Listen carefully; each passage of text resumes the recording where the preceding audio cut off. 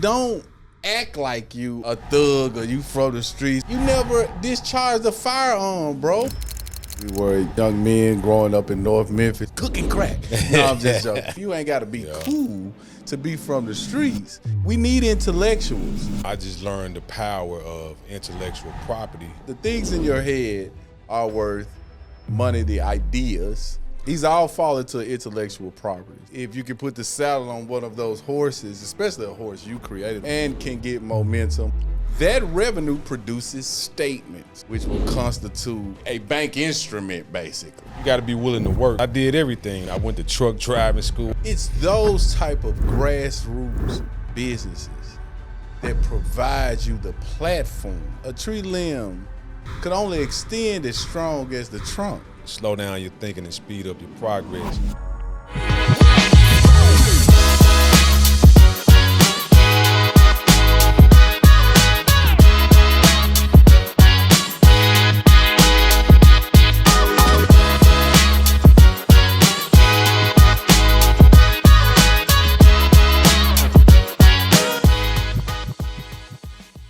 Good evening, everybody. I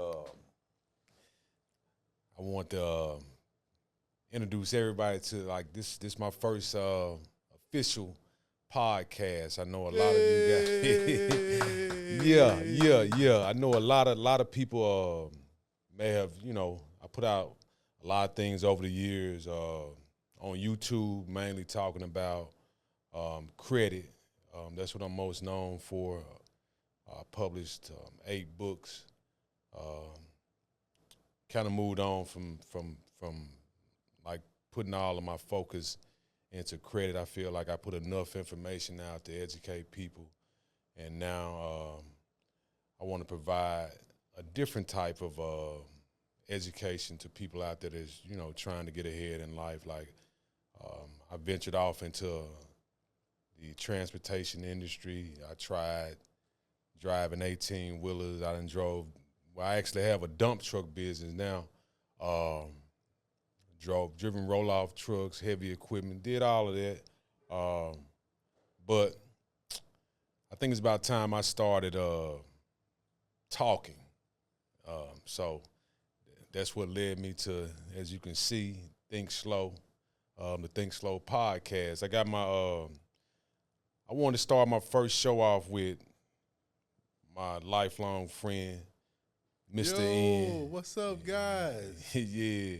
Joining Corey P. Smith on his first show. I had to come down and support. This has been my dog a long time, and of course, before it was the dump trucks and the books on credit, we were young boys, young men growing up in North Memphis, cooking crack. No, I'm just joking.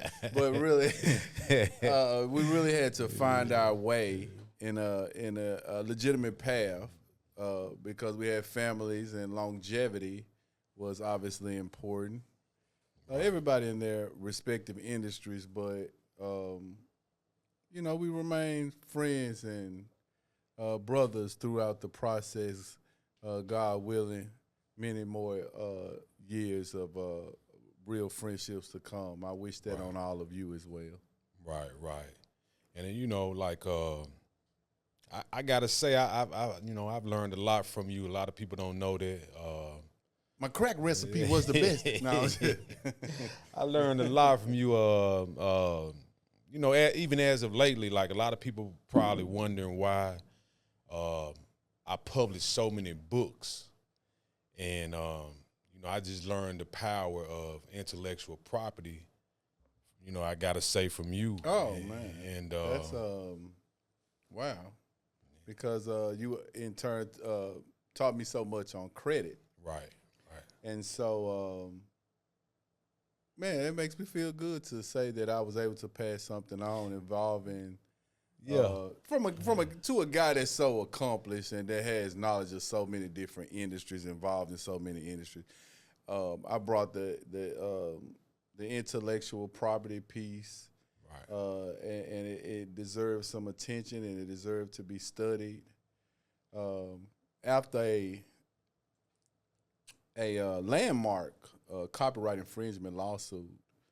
You could tell The them level of importance around this subject just for young people who create content on different levels, you know? Right. The importance of them understanding the revenue streams and how to collect and how to essentially, you know, try to start some type of business or making a living Right. with what they love to do. I know that we didn't have, whether it was basketball or you know, AAU or whatever our extra activities was, we didn't have that type of support and certainly didn't have that type of information available. Right. So a little bit of you, steel sharp and steel, as they say, which brought me to me writing my book. Right. And I guess I was like, he's just writing so many books. But tell me the name. Supposed to be a smart guy. At least I can write one book. Give him the name of your book, because your book actually helped me land. It helped me land a deal Publishing deal. Yeah, publishing deal. 6-figure publishing deal, and I learned that by reading your book. But give him the name of your book. The name of my book is The Perfect Music Money Setup. Right. The Perfect Music Money Setup, a guide to royalty collection, but more so a strategy. Because at this point, a strategy is needed. Right. And we talked about how Equifax being, you know, the Godzilla of the credit game, able to gobble up these smaller companies, which are essentially data companies. Right. And so Universal Music Group, you know, that looked familiar to me because of, you know, what we did with credit and the information I took in regarding credit. So, you know, I saw them gobbling up companies, CD Baby, not so much TuneCore, that's one of their creations. But they have a lot of small companies that they control. Right. And all of it's data driven. All of it rests on both the integrity of the data and the ownership of the data. Right. And then when we moved in a virtual space like that, it's so many different ways to move the numbers and move the goal line on the artist. Right. So we really have to know how to navigate that. However, a lot of volatility, a lot of momentum going on. And so if you can put the saddle on one of those horses, especially a horse you created, a song you created, a video you created, a piece of music you created, lyrics you created, poem you created, narrating a book you created, because all of this is falling in. There's no excuse for us. Right. If you do that and can get momentum or get involved in the volatility that's happening in the streaming market, we can just say that, then you can ride that horse to a nice payday and then understand how to attach things you create to gain momentum, to other things to gain momentum. Let me say this to because this is my camera right here. That's not your camera. No. This is my camera. For people that do know who I am and have followed me along the journey of writing books, and in all my writing, one thing I had no idea. I mean, and I guess this is the power of no matter what anybody else is doing in the world.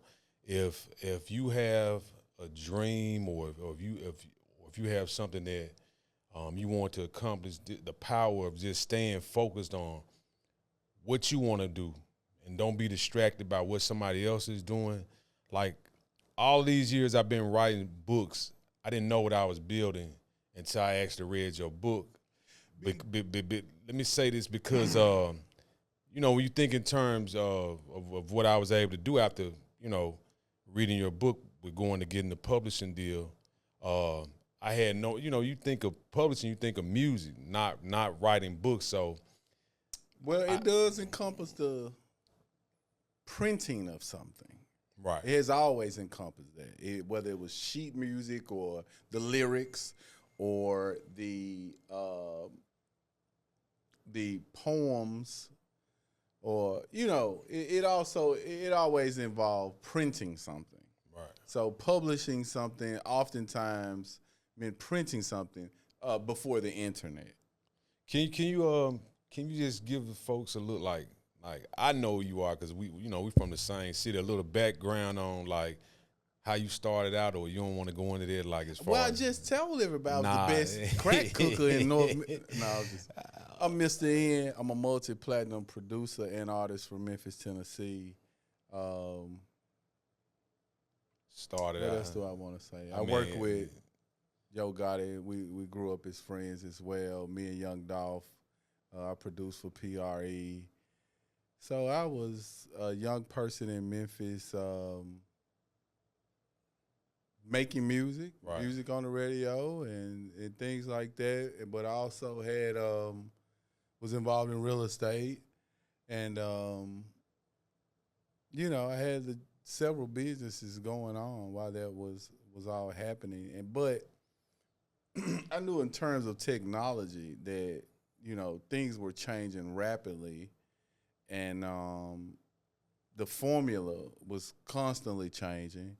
But the old rules of the music business, which copyrights, and when I say that is what I mean, because you can still go to the library and print off a sheet of paper and fill it out and claim your idea. Right. Because the ideas in your head are worth money. Right. If you turn them into words, if you turn them into things, diagrams. A friend of ours is a marine engineer, and he looks at the diagram and takes that diagram off of that piece of paper and forges aluminum, steel pieces for the boat, but they don't exist just on paper. Right. And then he brings them into existence, and we asked him, well, how much one of these ladders cost? And he's like 60,000, like 16,000 yeah, for aluminum ladder. Right. But they do sell, the carbon ladders, carbon fiber ladders are 60,000. So the things in your head are worth money. The ideas, patents, trademarks. These all fall into intellectual properties. They will all bring revenue in one way or another, residual incomes for use of the idea or the piece of work. Right. And as you found out, that revenue produces statements. Yep. And when you've accumulated statements, this is proof of income, which will constitute a bank instrument, basically.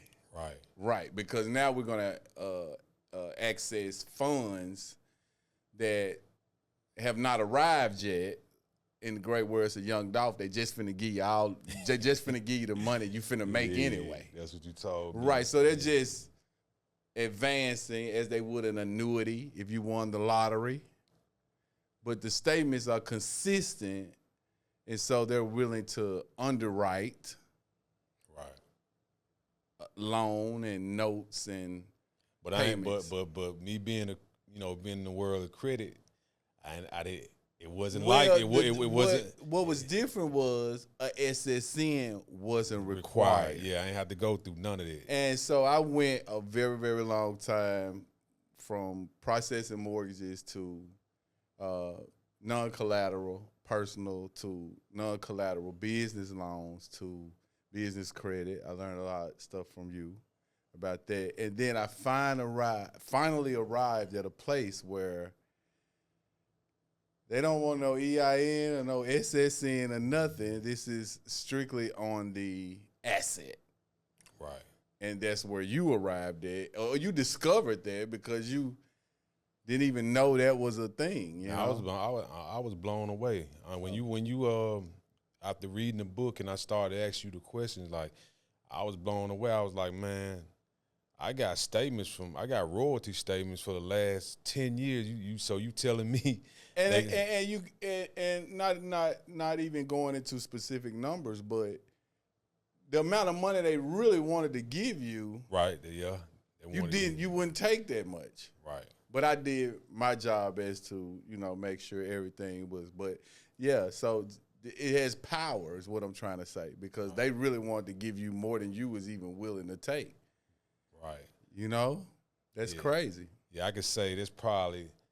I'm normally not a guy that's, afraid of certain things, but I mean, I just couldn't believe that after all these years, when they told me the number, I was like, so y'all gonna give me this amount of money and no credit check. You don't need nothing from me but statements. Like I told them, because we've done business before, me and you. Yeah. Anybody will underwrite these loans, because with 10 years of consistent statements, I can figure the average of how much that's going to come in a 12-month span. So, it makes a lot of sense. Now, granted, this is an industry that we may not have broken ground into a certain year or time period, but from a lending standpoint, it's a safe bet. Right, no brainer.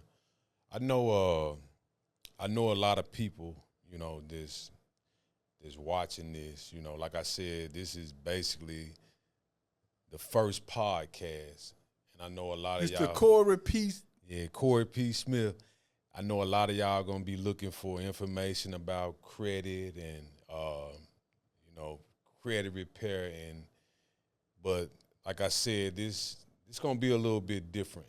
I'm gonna provide information like some of the paths that I took outside of writing books and credit. The things that credit led me to, like transportation, like just let me say I got a course, a pilot car course that I actually just released maybe a week ago. Still working on automating it, but that is a business that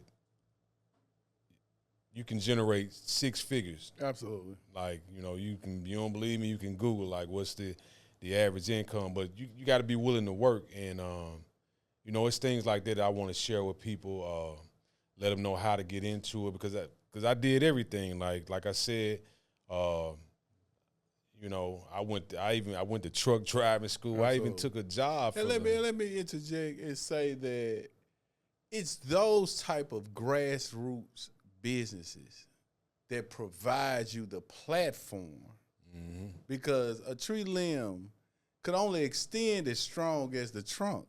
It could only extend out as far. And so when you step it into new things, and I've been wanting to write a book, or I've been wanting to do this, those grassroots businesses that produce income, the pallet car business, the dump truck, and it's one step at a time with even those. But those are the businesses that are going to provide a platform. And so now you can think outside the box. You can move outside the box. So we don't want to leave these intermediary steps out. We just didn't go from selling pounds of marijuana in Fraser and now we got a big dump truck and a bunch of houses. No, it didn't happen like that. Right. And it's a lot of guys online.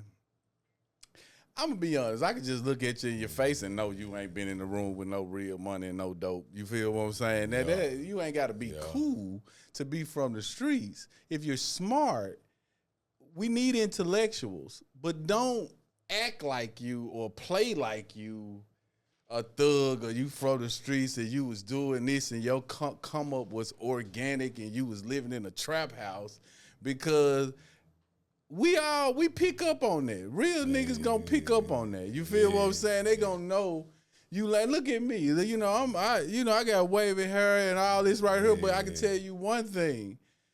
Everybody know I know what's up. But I've been there, done that. You feel what I'm saying? And it's no honor in a lot of that street stuff. I don't promote that, especially at this point. But I just don't like the older guys passing themselves off to the young men when you never discharged a firearm, bro. Why you on here? You know, don't do that, bro. They If want you hustling before smart, the internet. if you a smart businessman, we need more of them anyway. Right. Don't disguise yourself. Don't put on. Get them the real. You feel what I'm saying? Right. It's more than just about you know, you see a lot of guys. Like, I ain't trying to just be no motivational speaker. Like, I'm trying to give you some information that you could take and turn it into some bread. But, like, I like what you said. Like, a lot of guys, you already know from the jump, like, it ain't what they saying it is. Like, you really want hustling before the internet. Hey, man, they rent exotic cars all day in Miami, man. You know, you could go and shoot a video and say you anybody, man. You know what I'm saying? Right. But the legitimacy behind it, the foundation, the words, the vibrations, you can't fake that, you know? Right. And so, you know, we got to stick to facts and stick to the real and stick to things that make sense, that line up. And that's where we put our focus, our energy, and our money, you know? Right, that's a fact. Right. That's a fact. If the information is so good, then I don't really need your money, really. Right, you just need the information. You just need the information. Right.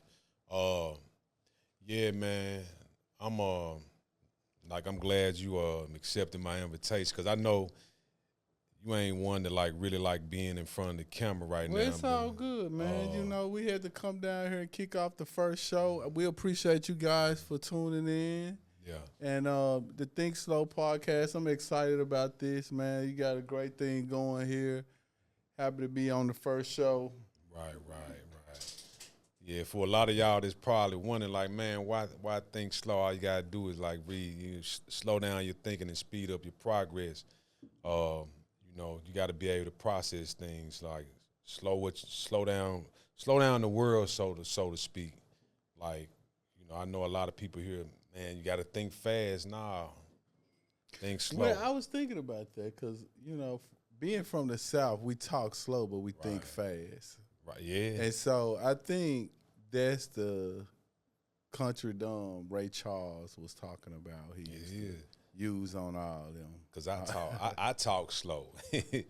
I talk slow, but, you know. I like the idea. I think it's a great thing. I'm going to be tuned in myself to see how everything goes and stay locked in.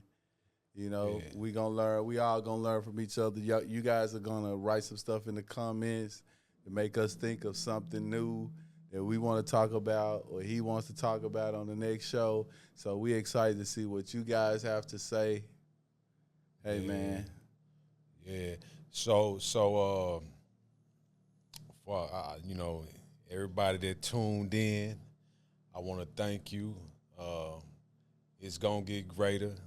I'm going to bring a lot of great shows to you guys. I'm going to bring a lot of great information to you guys. And I'm going to be real with you guys. I'm not going to never bring no information to you that I haven't engaged in myself. Like, I ain't going to never talk about nothing that I haven't experienced myself. It ain't going to be no Paris here, so to speak. Like my man right here, like, it's a whole lot more to the story and you know, to his story and us growing up. Like, you know, it's even an interesting story about how we reconnected. Absolutely. You know? And the first chapter to How to Outsmart the Credit Bureaus was about the computer and Oscar. Mm-hmm. I thought that was really, really impressive. And so a lot of things transpired with computers and data and understanding things after that. But I thought that was a really, really key point, that you took time to understand and learn the software. And I saw the strength in that, you know. So I thought that was big. But yeah, absolutely. Or you can go ahead and tell me too. You really didn't believe I wrote it. Well, I just, I was surprised, because a lot of people possess the skills, but maybe not put it in words, you know. Right. But when you put it in words, you have a definitive understanding, right. You know. And so when I wrote this book, I knew that I had to like actually be on the laptop or in motion or on the eCopyright .gov or on Song Trust or whatever site in order to give them a step-by-step process on how to register, how to do this, you know. So I was like, that was just very powerful because young people do need a step-by-step process from somebody who maybe relates to them or even looks like them, you know? Right, exactly. But with that being said, my brother. All right. I appreciate the conversation. I think they say I get my check. What I pick up? What? They pick up my check. I think they're gonna leave my check out front. So I got you, man. We're gonna eat some Bronzino fish or something. I'm joking. But until the next time, I'll see you guys. Think slow.